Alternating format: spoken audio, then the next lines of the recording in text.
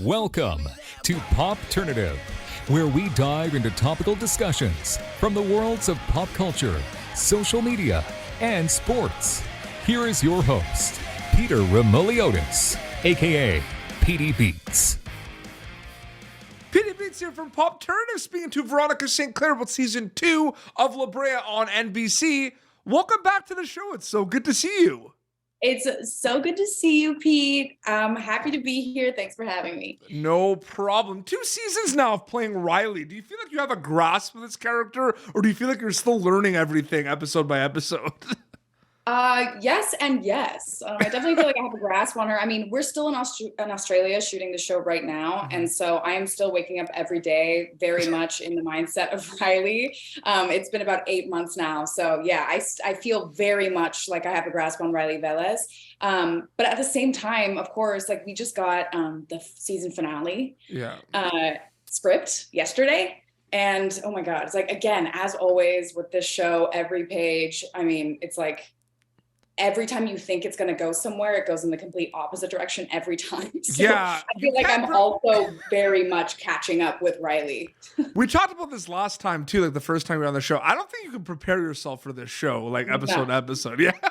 I think they do it on purpose. They must do it on purpose. They're like, I bet the audience is going to think this. Let's do this thing instead. Do you see it as a fun storytelling challenge that you're on a show that has a lot of these complex relationships? Like, my favorite thing about the show is these kind of relationships between the characters and the growth episode by episode, not just like season by season. Like, you watch one episode and you're like, wow, like there's like so much. Yeah.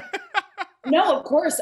It's crazy. Like, obviously, when I thought about being an actor and having the privilege and the opportunity to maybe one day get to work, I never thought in a million years that it would be on a show like this. That's like so rooted in fantasy and is very escapist and is an adventure show, which is almost essentially like a new adventure film every week with completely different time periods and all of these like primeval beasts. So no, I mean, and can't forget about you can't forget about the sloth. That was like the best part of our first interview. Remember the sloth? The sloth, of course, the sloth. But then the next episode, because I think we chatted last year just after maybe the third episode aired. Yeah, it was really early because there was a lot that happened. But so much more happened after that. And in the next episode, I got yeeted by a anaconda, like a giant primeval snake. So, but yeah, I mean, it's crazy. It's crazy. When you read the scripts, it depends, I guess, on the episodes, because some are more kind of, like you said, like more kind of crazy than others. But like, do you know you're on a genre bending show while you're reading the script for this? Like, do you know you're in a show that has action, drama, fantasy, a little bit of thriller aspect? Like, can you realize that by reading a script? Yes, absolutely. Especially these scripts, because you see it in the final product when you're watching the show. These episodes are so fast. There's so much going on. We have so many series regulars in the show with so many different plot lines. So like it is moving very quickly, and that is reflected also in the script. And there's also a lot of like, we smash cut too, and then with that we go. And it's like so much of that, so much emboldened, so much italicized, and so much in the stage direction, like regarding, again, these like primeval animals and like these weather disasters and things like that. So yes, you definitely can tell with these scripts what kind of show it is. What's something you enjoy the most about Riley this season compared to season 1? Because I feel like that is so interesting to me, just seeing after one, like season 1 to 2, just seeing everything that kind of changes. It's still Riley, but the situation's different. The people that she's kind of mingling with might or might not be different. Like, what is that kind of mindset? And what do you like most about the character specifically in season 2? Yeah, I think that in season 1, we were kind of finding this girl finding her footing again and finding her autonomy and agency, and also deepening her relationship with her father and trying to figure out how to exist within that complicated relationship. And then in season 2, we have Riley and Josh sucked into a time portal, sent to 1988 without anybody else. And they get to kind of implement everything that they learned in season 1 and kind of become more young adults, like find their young adulthood in season 2. So, and then of course, I don't know what episode you're on. What episode are you on? Are you not watching the show? 5. I'm on 5. I'm on 5. Okay, good. So then I wasn't sure I was allowed to tell you. That's why. I want to make sure. I want to make sure that what I'm saying. 5. You chat about, but so by episode 5, you see that they are tasked with this challenge to basically save the world and try to stop these sinkholes from happening and these time portals from happening. Can you imagine if you just said something? I'm like, wait, what? I'm not there yet. Yeah, which is totally possible. Which is why I was clarifying. But yeah, so it's great. Riley gets to be a hero this season, and again, like she's found her agency a little bit more. And I mean, that being said, like it's always getting ripped out from underneath her because things are just changing so much all the time. But that's fun too about this season. The changing is crazy for sure. And it's one of those things too where I feel like La Brea this season a lot too, because I feel like every time there's every time there's like a season 1 for a show, you're establishing the characters, you're trying to figure out everything. Like we've never seen Riley before, right? So it's like, who is this? You know what I mean? Like we're trying to figure it out. But now I feel like there's a lot of like soul searching and self-reflection happening with a lot of these characters in season 2. Like they're trying to figure things out. And I feel like during the pandemic, we were doing a lot of self-reflection, right? So I feel like the show becomes like a lot more relatable. Do you know what I mean by that a little bit? Do I know what you mean by that a little bit? Yeah, maybe I relate a little bit too much to that. I'm sure everybody watching this also relates a little bit too much to that. Yeah, maybe potentially too much self-reflection happening during the pandemic. We had the time. We had the time. Too much time. But I think that is what is so great about the show is that you can relate to it in that way, and it also provides a way to escape from that self-reflection and then kind of look into the self-reflection of other people instead. But yeah, yes, the first season we were establishing these characters, and now we get to really get to know them a little bit more in this very heightened reality. But that's what's really fun. I'm watching it week by week as well, like with the audience. And because Jack Martin, who plays Josh, and I were in a separate timeline from all the rest of the actors and characters in the show, we didn't really get to see, of course we had the script, but we didn't get to see what everybody else is doing for the first few months of shooting this second season. So it's been really fun to get to see what Eoin and Zyra and John and everybody is doing in the Does show. it feel like 2 shows kind of, or not really, like for your storyline? Oh my gosh, entirely. Yeah, okay. Yeah. And I would say actually also season 1 also felt like that because we had the modern day Los Angeles timeline and then primeval Los Angeles. So it's about the same thing. We just get to be in the 80s this time. Absolutely. It is spooky season, right? It's the time of year, right? Are you a big are you a big fan of the horror? I think, did we talk about that last time? I forget. We didn't talk about that. Okay. But I will say I am not a fan of jump scares. I get startled so easily. Me too, especially when I go to the haunted houses, the themed haunted houses. Oh my God. The staff there love me because they see me freaking out and they're like, that's my guy. I'm gonna scare this guy. I think you and I are pretty kindred in that way. We're very like excitable. Yeah. So you see the door closing and you're like, what is that? And they're like, that's my guy. God. I'm perfect for all of that. I get startled so easily. When I was growing up, my mom would get mad at me because I'd be walking down the hallway and she'd be coming out of her bedroom and I'd be like every time she's like, I live here.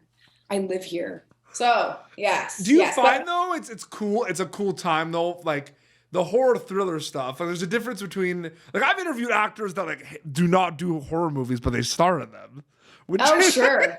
But that makes sense though, because if you're somebody that's like highly excitable or generally constantly on edge, then you're great to be in a horror film, but maybe not so. Are we gonna see? Are you saying we're gonna see you maybe in a slasher film one day? Is that what you're saying?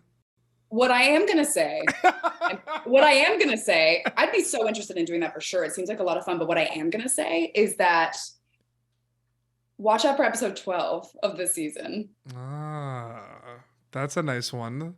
That's a little. Do you find it like very difficult though, like as an actor, like to do interviews, like because you don't want like I feel like that's why all my questions are very kind of like about the character in general because like I feel like I also feel like this is the type of show if you go in fresh, it's better. Do you agree with me on that? Oh yeah, like in terms of like watching interviews and not stuff knowing much about it. Like I don't like talking much about what's happening in the storylines. Like I did bring up that whole like Time Warp thing. Like I just love when you go in fresh. So like when I do interviews, you'll notice a lot of my interviews, like I don't ask like specific, like about a specific scene.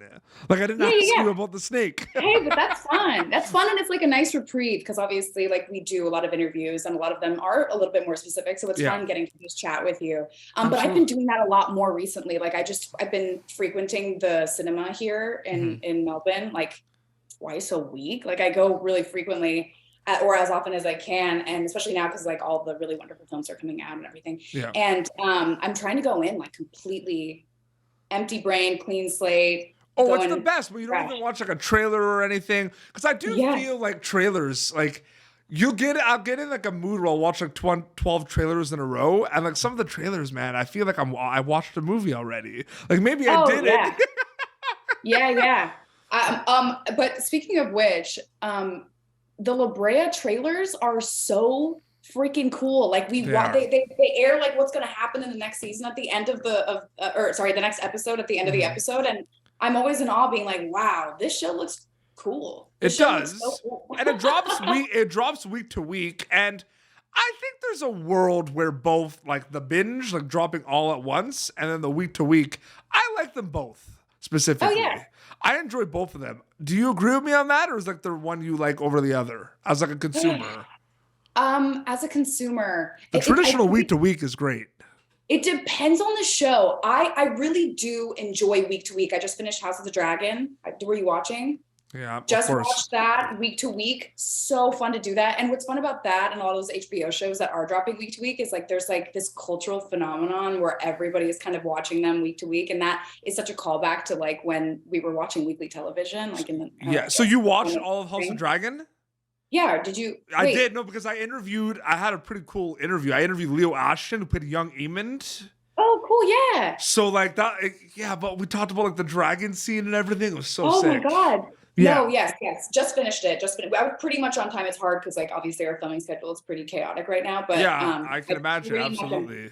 I caught up pretty much without having to get spoiled by the internet. I feel I feel like that's also really interesting too, because like usually like you wrap a project and you do interviews and stuff, and it's like you're doing interviews and you're still filming the show, and it's like I know back and forth, crazy. Like wearing many hats, right? Yeah. It's totally a different experience than it was last year, because by the time we were talking and chatting last year, we were wrapped and we were airing. And it's also a weird thing too, like a different experience than last year. Watching the episodes week to week, but then the next day going into work and seeing everybody. That's different too. I have to say, I love your passion for the show. Like, I love it so much. Like, it's so amazing. Like, last time, like, I watched our last interview a little bit, like, to kind of get ready for this one. And, like, at the end of the interview, you're like, and there's this, and there's that. We're only on episode 4. There's so much coming. I'm like, oh my God, like, you're as excited as I am. Oh my, no, I mean, but there is so much coming. That's the thing about the show is that it's exciting.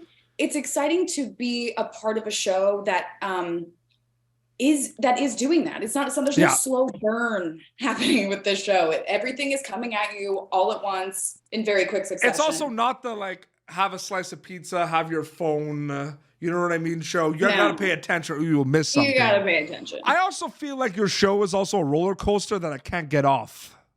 Yes. You got to keep watching. But I can't get off about it. It's like a great like guilty pleasure book.